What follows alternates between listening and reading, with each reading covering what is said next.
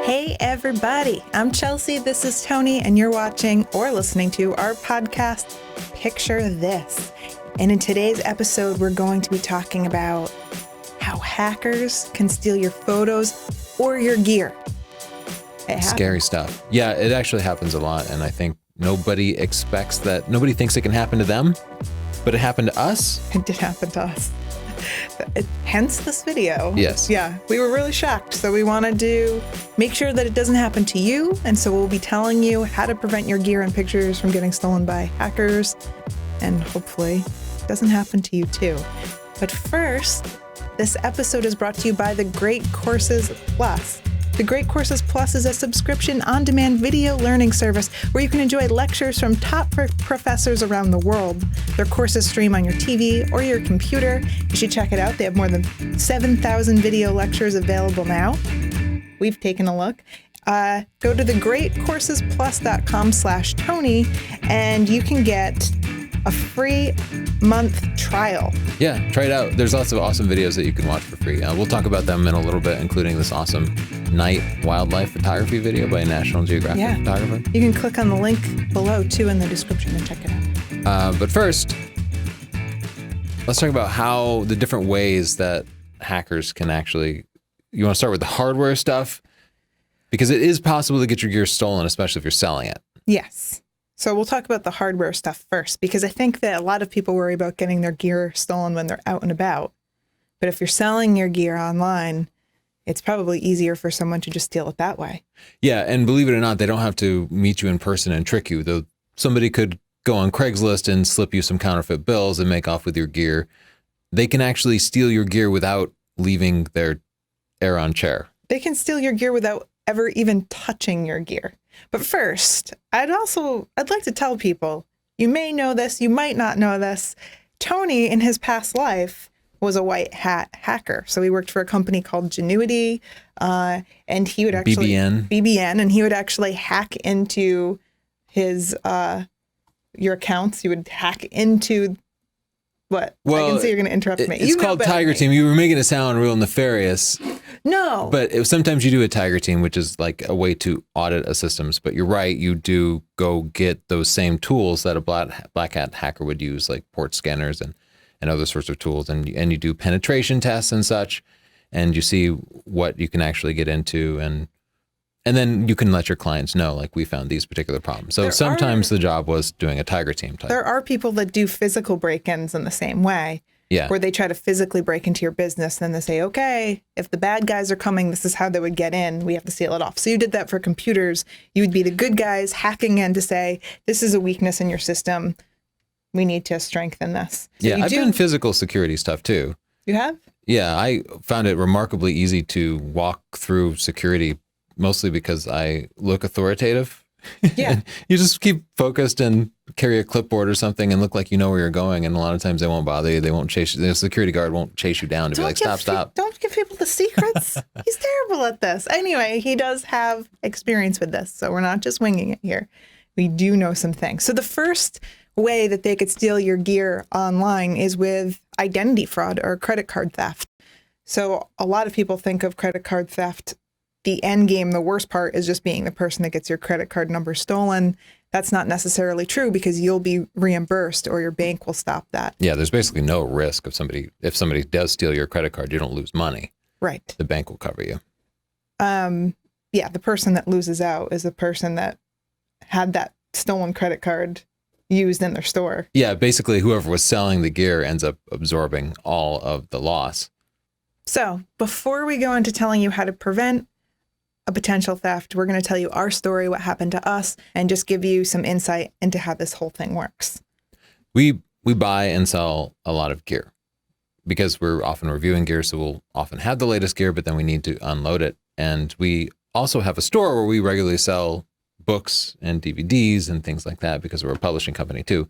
So this is something my security background did not include at all, which is basically security for online merchants. As far as like detecting credit card fraud, that's just something that had never come up for me. So we were selling a bunch of camera gear, probably something like $20,000 in camera gear and some computer gear through our store.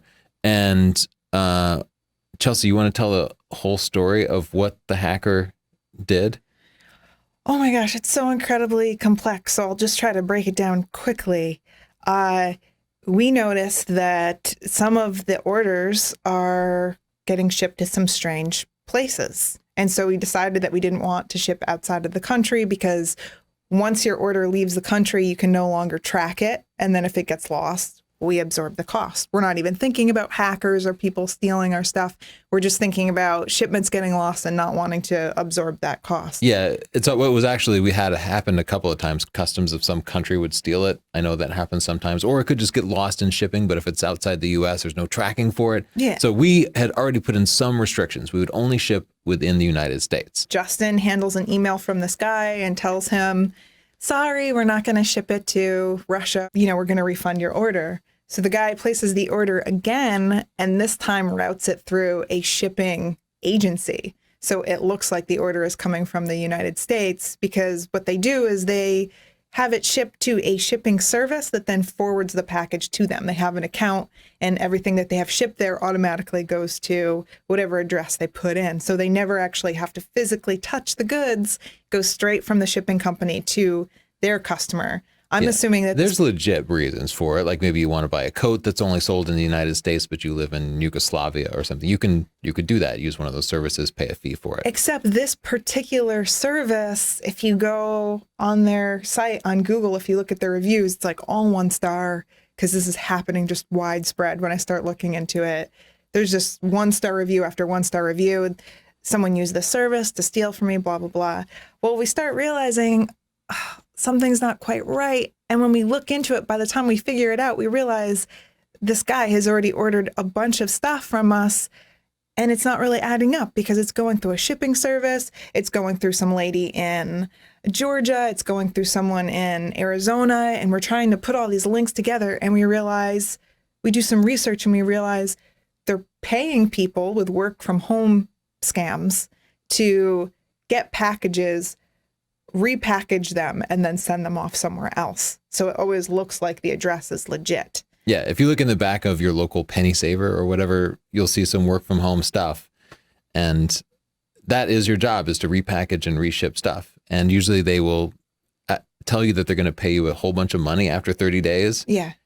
And they get you to ship all the stuff. And then 30 days, you send them an invoice and they ghost dump you. You never hear from them again. They ghost you because they don't want you to be trackable. Otherwise, it kind of gives up and they can't pay you.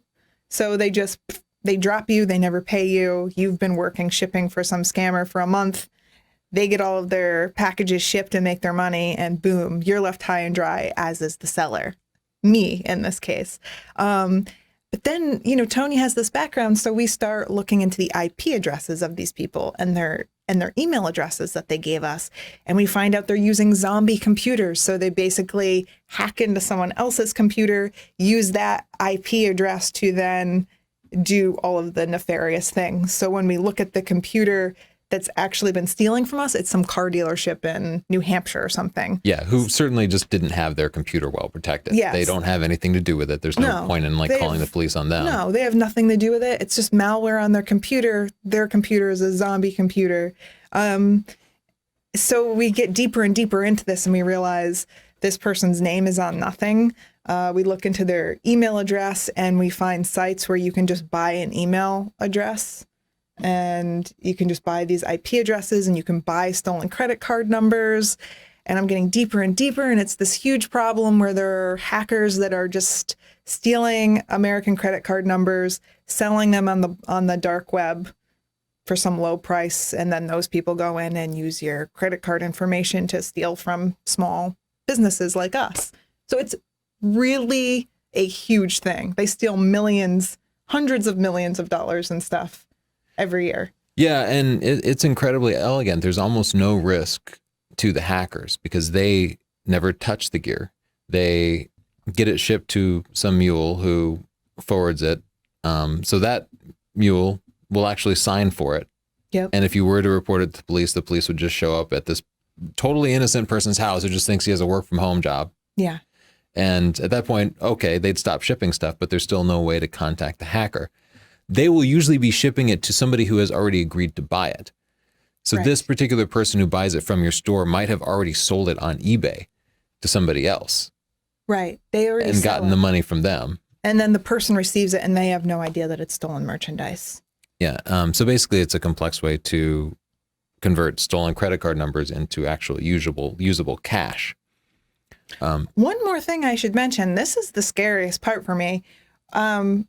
We're getting these orders in and we know whose credit card it is. So we go to PayPal and we say, hey, we know. PayPal handles our credit card transactions. PayPal handles our credit card transactions. And we say, hey, we have good reason to believe that this is a fraudulent charge. And PayPal just says, like, just refund it. Just refund the order. They won't handle it. In other words, PayPal just doesn't want it to be their problem. They're not even protecting the consumer in that way. They're not protecting us, certainly. They're actually just they're not contacting any banks. They're letting this person get away with credit card fraud. They just don't want it happening on their watch. So it's pretty scary to realize the banks don't care about it. PayPal doesn't care about it. And the person that pays the ultimate price is us. Yeah, it's the merchant's responsibility to identify whether the person using the credit card is a criminal, which online is practically impossible. You know, if it were an in-person sale, maybe you could check their ID against the name on the credit card. Yeah. Maybe you could check their signature. Not that many places actually do that, but at least you have that possibility. Online, there's not many options. We have changed our policies to make it more difficult for us to get robbed again. Yeah. And we came up with some ideas for how you could potentially avoid this situation. Right. So one of them would be to make sure that the billing and shipping address are the same. We were selling our gear around Christmas time, so it would make sense that someone might be in Connecticut and buy a camera and send it to California where their niece or nephew lives or something. Doesn't seem that unusual. And I'm sure people do it often. I do it on Amazon, order things, ship them somewhere else. Don't allow that. So that's not part of our policy anymore. Yeah. Your billing and shipping address should be the same. Another thing to do is check and make sure it's not a shipping service. We won't ship to a shipping service. Just Google the destination address and it should come up. If it looks shady, if it looks like some weird, one of them was a storage facility, some weird business operating out of a storage unit with one of those roll up doors. Yeah. They know about it too, that storage, that particular one. The guy doesn't care. I stopped. But some of them were also just people's homes because they had those work from home mules doing the job. And then different billing and shipping names. Make sure that the names are similar. This particular hacker used the same name every time, Maria Galanova. And that was just their name that they used. It's not the actual person. Yeah. Just anecdotally, we did with some level of confidence, track down the actual person who had been doing it. I believe we did. And because they were a little sloppy, they used the same email address they placed the orders on. They used it for other online activities. Yeah, on Facebook, I searched the email on Facebook and managed to find some connections and piece together. We found the actual person. Yeah, so he was a little sloppy in his work. He should have covered his tracks and gotten a unique email address. Yeah, it seemed like he lived with his mom. But so why not just show up at his house and get or call the police on him? And the reason is he lives in Russia, and they do not care. The authorities there just generally do not enforce that kind of thing. Yeah. It's also really difficult to prove it in a confident way, to put together like a chain of evidence. But even if you could put together the evidence, the law enforcement just probably would never do anything about it. Well, so you're just kind of like out of luck. It's frustrating. The other thing is, after we figured it out, the same person tried to order more things, and we just said, sorry, we can't ship to you. I don't want to irritate a hacker. Someone has the potential to go into your computer and do whatever they want. I would not recommend trying to get revenge or call them out or be aggressive with them in any way. It's not worth it. If you lost money, you lost money. You're not getting it back from them. Do not put yourself out there and make them angry at you. They'll know your email address. They know any information. They could put it out to a network of hackers and try to get revenge again. So I would not recommend doing that. Yeah, and I'll even say it's a common policy at a lot of big ISPs where if a hacker gets into your network, you'll push them out, you'll get rid of their stuff, but you generally don't pursue any sort of litigation, because if you do, unless they've done something like appalling with your network, but for most incrimination, most terrible things they might do, you just kind of let it slide. Because if you do pursue them with law enforcement, for one, the case will probably not be successful, but also you will then become a target for them. Yeah. And they can do, hacking networks like this can take an ISP offline and basically ruin your business. So there's this weird sort of agreement where the ISPs just kind of let hackers get away with stuff because that's the only way they can survive. If we haven't freaked you out enough, we should show them the live map. It's this visualization of attacks currently going on. From what I understand, they have what security people would call honeypots, which are little devices that pretend to be computers and just kind of wait for people to attack them. And these devices don't do anything. So if anybody contacts them, then they know it's a nefarious attack. So as a result, they have kind of a way, they know all incoming communications are illegitimate. And that's kind of what that's tracking. But you'll see that China and Russia are kind of originating a lot of these attacks. No, we're right up there. Look how many we have. We're being attacked the most, and we're attacking most of the United States.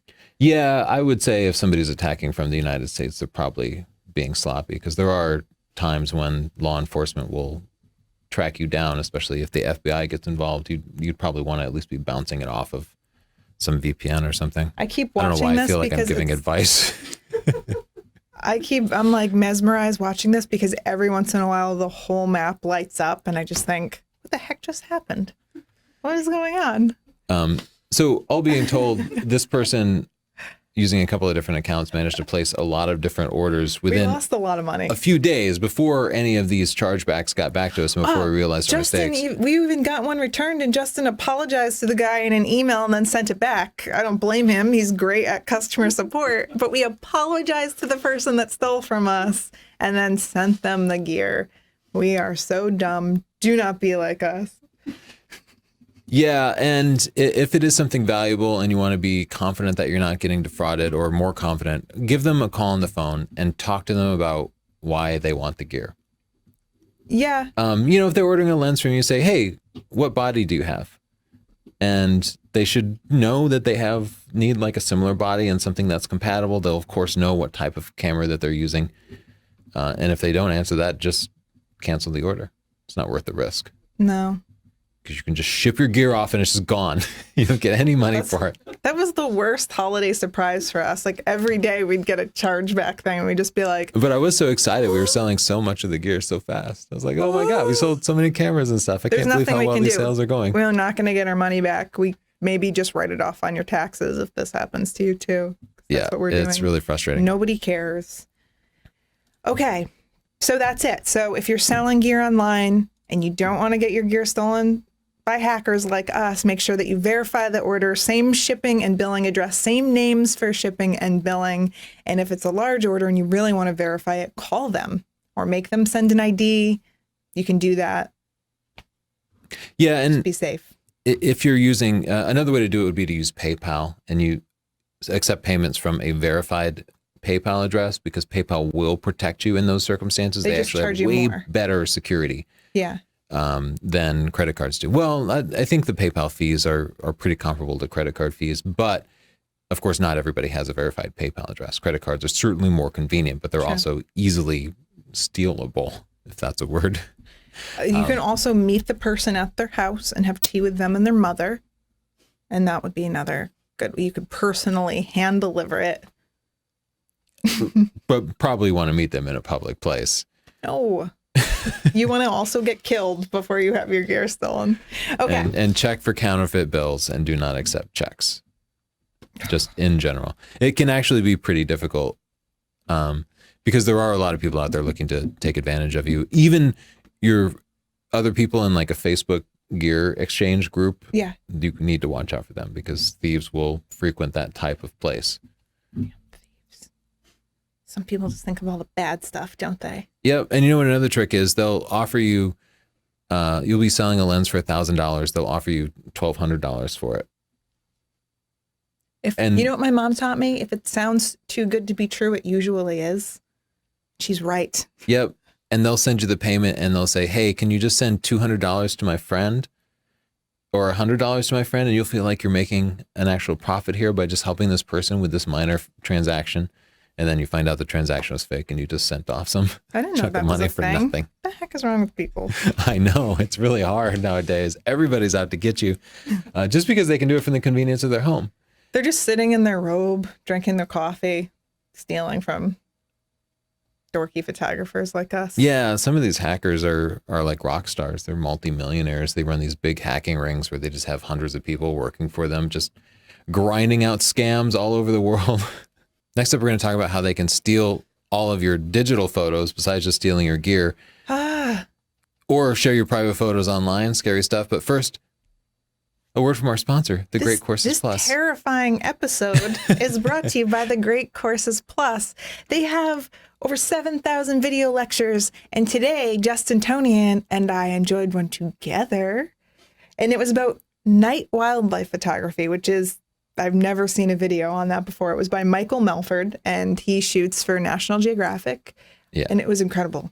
Yeah, it really was the commitment of this man. Like, he has dedicated a huge portion of his life to this extremely difficult thing. Yeah. Like catching like flying animals, like flying bats and stuff and at frogs night. at night with lighting setups, and he shows you how to do the lighting, and he shows you his favorite macro lens and how to set up kind of a little hack together macro rig. It was very cool, very educational. Yeah, and he walked through step by step his decision-making process about each photo. So he'd show the first photo where he had the light positioned this way and would explain, oh, this one didn't have enough depth, so I moved the lights a little bit this way.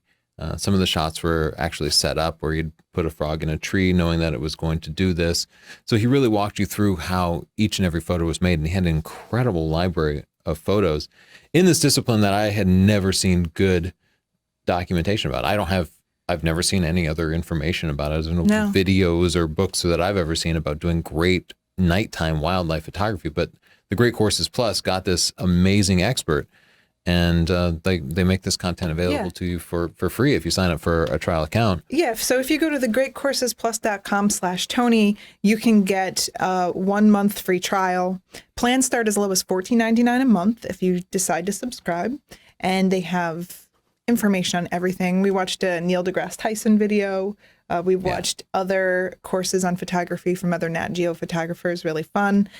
So click on the link in the description below and get your free month. And you should watch that night wildlife video by Michael Melford. You can see what we're talking about and see some of those amazing night animal pictures. Very cool stuff. All right. The carnage isn't over.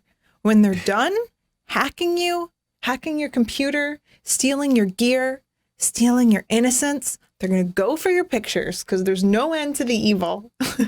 Yeah, first let's talk about how they actually get into your computer.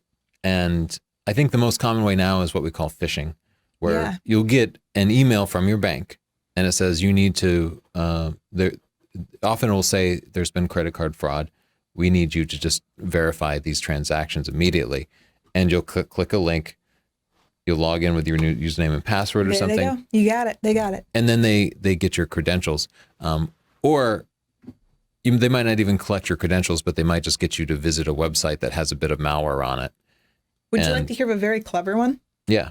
While researching this podcast, I found an F-Stoppers article all about, it's a website and they compile people's photos from Google Photos and they make it look like you can buy them for a poster. And the main intention of the website is not to actually sell your pictures for a poster, but to get the photographers to search for their stolen photos and then contest them with a link at the bottom. Is this your photo? You can contest it if you fill out this form. You click on the link, you put in your info thinking that you're like fighting with them over the copyright, and boom, they're hacking your computer. So sneaky. So sneaky. Yeah. Some things you can do to prevent that are, for one, keep automatic updates turned on for your computer and your browser. Because a really common thing are drive-by attacks now, where you just need to visit the wrong website and it can infect your browser and thus infect your computer and put some bit of software on your computer where they now own your computer remotely. And that includes all your photos. And we'll talk about what they do once they get access. They can do terrible things. Yeah. It's also fairly common that somebody will attack a computer over a network. So a computer communicates on the network in many different ways. And sometimes an application like an instant messenger will be listening for incoming bits, and it will do it in such a way that it's vulnerable. So if you send the right type of network communication to it, you can just bam, get access to somebody's computer. Trojan horses, you might install what looks like a totally legit app. Maybe it's a basic photo editing app, a screen capture app or something. But in addition to that useful app, it has some malware on it where they can, again, take control of your computer. So then once they get control of your computer, one of the most likely things is ransomware. Before we go there, Tony, you have a lot of experience with this. I've noticed that you can look at something and easily detect what could possibly be some kind of virus. Yeah. I, on the other hand, I don't have that whole background. Sometimes I get a little clicky. Sometimes I get a little too curious for my own good. What are your tips? Justin, do you ever get clicky? Are you smart about that? No. He doesn't get clicky. Justin's not clicky. Siobhan is very clicky. Okay, I'm going to put us in the same clicky boat. We just, oh, what's this? We just ran a zip file? That seems like a great idea. What should people look for if they're like me and they don't have this big background and they're a little paranoid? They don't want to be clicking on the wrong things. What is some solid, just general advice? Slow down and read those dialog boxes that pop up. Okay. Problem one for me, guys. Come on, let's listen. What else? It's hard because like user account control, they call it UAC, will often pop up when you're doing something normal. And it will say, are you sure you want to do this? This could be dangerous. And you're just changing, I don't know, you're changing some setting on your computer. And so you just click, okay. And you get used to just bypassing these security warnings. But then you go to install a piece of malware and Windows will pop up and say, whoa, you don't want to install it. You're okay, shh.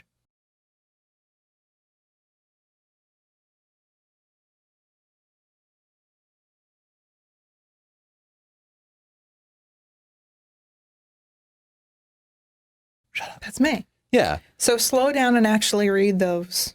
Yeah, don't Cousin Larry those warnings, because those warnings are Cousin legit. Larrying is not a thing, Yeah, Tony. that's really, 4 people are getting that joke. That's just me. Including getting that Balky. Balky is out there somewhere like, I get it. Cousin Larry never listens to me. Okay, so slow down and actually read what your computer's trying to tell you.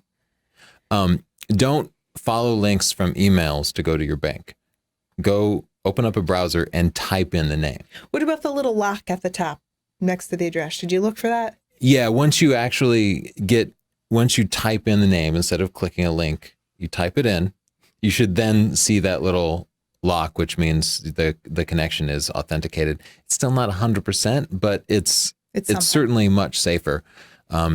If you click links, you can even look at the URL and it will look like it says PayPal or Bank of America, but there are different things that they can do to make it look like a legit URL. Like they might use Unicode characters, like instead of the A might have umlauts over it or something, and you might just not notice it, or it might be an alpha symbol instead of an A symbol, and at a glance it looks just like it. Sometimes they'll even just put an M in instead of an N, and I swear you can look right at that URL and not notice that. They're so good at it, and they spend so much time perfecting it, and I spend so little time looking for it. So it's just spending that extra time being aware and educating yourself, and maybe even just researching something if you're not sure.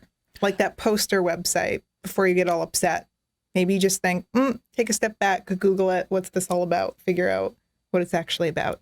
I would also say like 90% of phishing efforts that I see have some serious spelling or grammatical errors in them, just because most of these hackers are English as a second language. So they'll make that kind of common mistake. But that can be an easy tip. Now, the good hackers will just hire somebody a native English speaker to review their work, so it'll be spot on. But a shocking number of them are given away just by grammar errors. What's your job? I do copy editing for hackers. Yeah. That's what I do. I got a business card. Let's talk about ransomware, because that's the one that really scares me, and that's how you could lose all of your photos at once.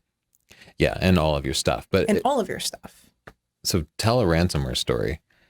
Well, the first ransomware story that I ever heard was on the podcast Radio Lab, because I'm just talking about a lot of podcasts today.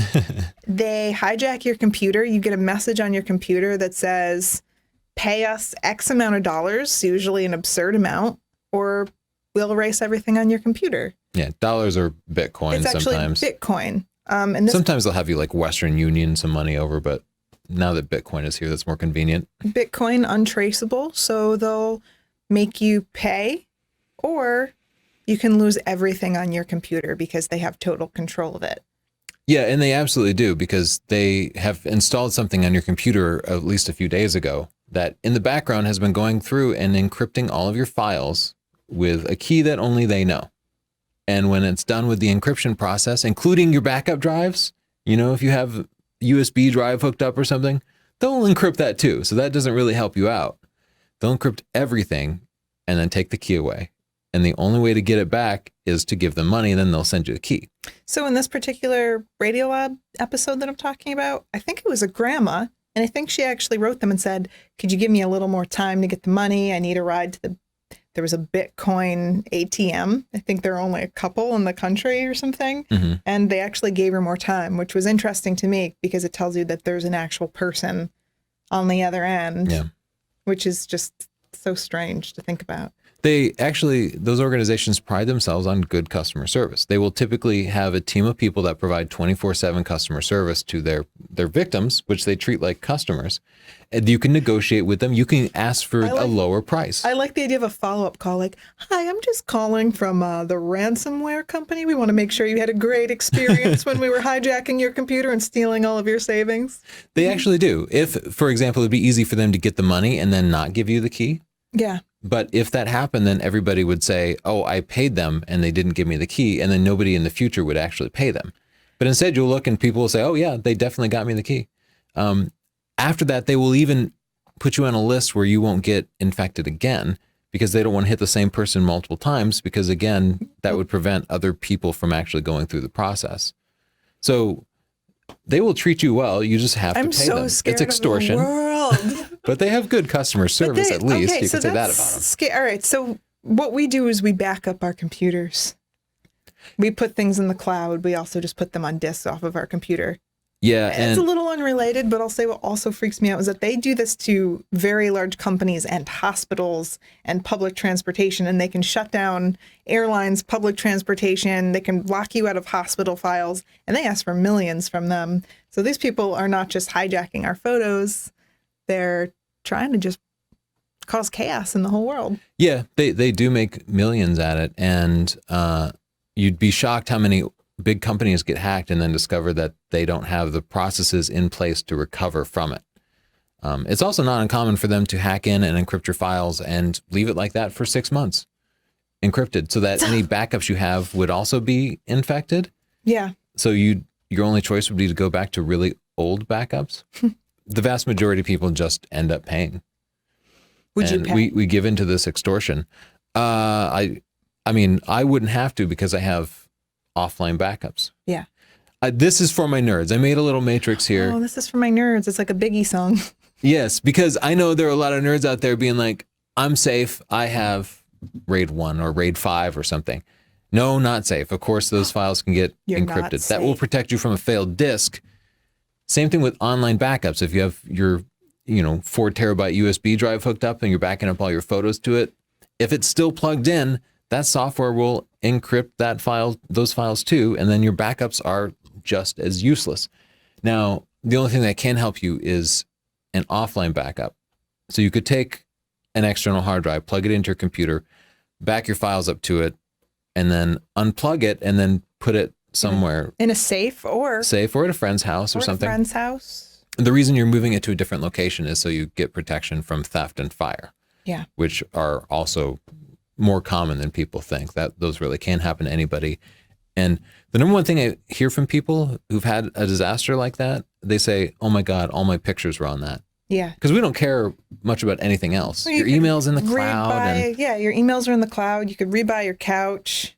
You can replace a lot of things, but pictures. It really does come down to people's pictures. So the problem with that process of putting in an external hard drive and then unplugging it and moving it somewhere else is that you forget. You forget, and you'd have to update it frequently. Yep. You maybe set a reminder to do it every 6 months or something, but even then, 6 months of photos could be devastating to lose if you're a professional photographer. And you just won't. Like, the number one rule of backups is they have to be automatic or they just don't get done. Yeah. I know this from working in IT. There were times when we had manual backup processes, and you would find out when something failed that the person in charge of backing it up hadn't been doing it. Backups have to be automated, and that especially counts for you at home who thinks that you won't forget, because you will. So right now, the only real way to do that is to use like a cloud service. There are a wide variety of cloud services out there. When I say cloud services, it's basically a website where you can connect to it and send them your files. Whether you have 100 gigs or 100 terabytes, you can upload these to these services, and they'll do a pretty good job of storing it for you. And generally, because they're disconnected, the ransomware won't be able to like access it over the network and encrypt it or delete it. They tend to also track changes and stuff. So even if something gets deleted, you could probably be able to restore it. I wish I could tell you the right cloud service for automatically backing up your photos, because I have experimented with all of them and I have yet to find one that I was truly satisfied with. Okay. Maybe people can, in the comments, make some suggestions. Yeah, I'd like to hear your experiences. I will say that the volume of pictures that we have is massive. It's many, many terabytes of photos because we've been at it for a long time. And that makes it particularly difficult. If you have a lot of pictures, you're going to have to transfer them to the cloud service. You're going to have to upload them. And depending on your upload speed, it might take you 6 months or a year of continuously uploading it before it actually gets there. But maybe you don't have that many pictures and it can be fairly simple. I will say Google Photos has a free service where they will synchronize the photos on your computer to the cloud, but they synchronize a lower resolution JPEG version. So you're not getting all the raw files and stuff, but still it's better than nothing. Yeah. So I would suggest, if nothing else, set up Google Photos. At the same time, I didn't have a great experience with the software. I found it just kept failing and it just kept giving me random errors that couldn't be troubleshooted. Troubleshooted. I don't know about that one. I'll also say in my research, I found Amazon Glacier to be the lowest priced recovery service. It's a special service that isn't like Dropbox. Like, they don't give you just random access to your photos quite as easily, but it's cheaper. Okay. But at the same time, you can't just install the Amazon Glacier client on your computer and sync up all your photos. You have to then go get some third-party app that connects your computer to Amazon Glacier and tries to do the synchronization. And I experimented with a couple of those apps, and I didn't find one that I felt comfortable recommending, something that worked consistently for me over the course of a couple of months. And you really need to find something that does that. So the simplest thing you can do is get your Google Drive or OneDrive or Dropbox and just drag your pictures folder over and synchronize it. The difficult part seems to be actually maintaining that as you continue to take more pictures and making sure that it's completely automatic. So I would like to hear comments about it. If you're really determined to do it, you could always just set a little reminder in your phone and do it every couple of months. Yeah, it is as easy as dragging and dropping. So you could just have one folder and just make that a habit. Yeah. But yeah, please, nerds out there, let me know what you've done that has worked for you for over the course of 6 months for a large volume of pictures, because I know a lot of people would be interested in finding that out. What about protecting your private photos so that you, Tony, your nudes don't get stolen? And before we cover that, I do want to give one more tip, which is to just keep your photos in your camera. I like to use an unusually large storage card, and instead of, I used to always copy my pictures to my computer and then reformat the memory card and then just reuse it. But I've changed that habit. I don't reformat the card every time. We keep the files on the card. That way, if a hard drive fails before it gets backed up offline, we have a copy of it. So just let them hang out there for a little while. Yeah, as long as you can, because it is just an extra backup and your camera tends to be stored separately from your computer. It's also really good when you're traveling. I used to back up my pictures every night to the computer and then reformat the memory card so I wouldn't run out of space. But now I keep a backup on my computer and a copy in my camera. So while you're traveling, you have that backup. Okay. Privacy, besides just losing access to your pictures, privacy is a big concern. I'm concerned about it. Yeah, because not everybody wants their pictures to be shared. I don't care if somebody gets into my computer and sees, 4,000 pictures of the blue jay in my backyard. That's not a big deal. But a lot of people have pictures that they don't want to be shared. Yeah. And it's happened time and time again that people's computers or their phones or a cloud service has been hacked and their pictures have been revealed. So some tips to prevent that from happening are, for one, to use complex passwords. And that's not your dog's name with a pound sign at the end. It's a randomly generated. That's what my password was like before I met you. It was like, Chelsea. Yeah, you looked a little nervous. I was like, what has she done? My birthday, it was like, Chelsea girl, 1, 2. And then you were like, you need to cut this shit out. Yeah, that's not good. Generate a random password.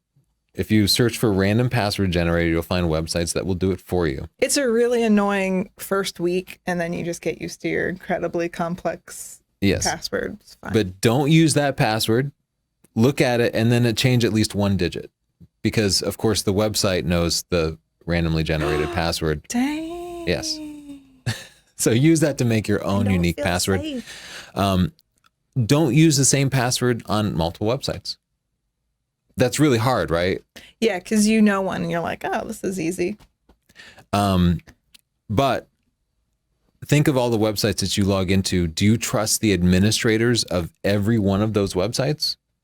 No, and I make different passwords for different levels of website. So if I'm just signing into like Facebook, I'm not going to use even a similar password to my bank account. Yeah, that is certainly better than using unique passwords. I use a service that keeps a list of websites and passwords so I can kind of easily access it. And then Chrome in particular is good at remembering and autofilling in passwords. You really kind of need this like autofill in thing to work reliably. And there were definitely times when I have to go back to my Keyring app and find the password that is correct for a particular website, and that is a pain. But it's better than having one website get compromised and that person being able to get credentials on every single website that I log into. And if I really suspect, sometimes you hear about hacks going on, I just go in and change my most important ones, like my bank accounts and things like that, my email, the accounts that I definitely wouldn't want anyone in. I just change all of the passwords. Yeah. Disk encryption is really important too. Just about every modern operating system includes some disk encryption built in, where they can just encrypt your whole drive. That's important in case somebody physically steals your computer. It will prevent them from actually getting access to stuff. It also means you have to have your computer set up to require a password when it starts up. But this happens a lot, especially when you're traveling or something. You might just forget your laptop at security, or somebody could steal it, but then they'll get access to everything on it, including all your saved passwords, probably. That's why my laptop, it only has pictures of snack foods. So if somebody hacks it, that's all they're getting. Good tip, Chelsea. Just keep pictures of snack foods. I also have an extensive history in web security, so it's my hot tip. Finally, what we in the industry would call an air gap. Keep your files offline. So you could put it on a flash drive or a USB drive, encrypt those files with a password that you know, and then store it in a drawer, not plugged into anything. That's the way most things that need to be kept really secure are kept secure. If it's connected to a computer, if you can access it online, then somebody could install a keylogger and get your password, or get your password in one of a million ways, and then they'll get to it. So just physically disconnect it from the internet. That's definitely the safest way to keep private stuff private. So this is kind of all of the information we have, and I'm going off script a little bit here, but what do you think the future of security looks like? Are we just going to be holding files in our brain? Oh, well, I think it's terrifying because the general trend is for everything to be connected. And security and convenience are always at odds. The more convenient something is, the less secure it is. And the world is getting more and more convenient, and people don't have patience for typing passwords, much less remembering multiple passwords, much less waiting an instant to get access to something. So there will definitely be hacks in the future that instantly compromise everybody's cloud stuff. You know what I mean? Yeah. We have so much stuff in the cloud stored in Terrified of that cloud. Google Drive or wherever, and there just needs to be one compromise that can get into everybody's stuff. We're putting a ton of trust in these companies that manage our cloud services. Yeah, that does make me nervous. It's going to happen, I promise. It might have already happened and we don't know about it. They're just waiting.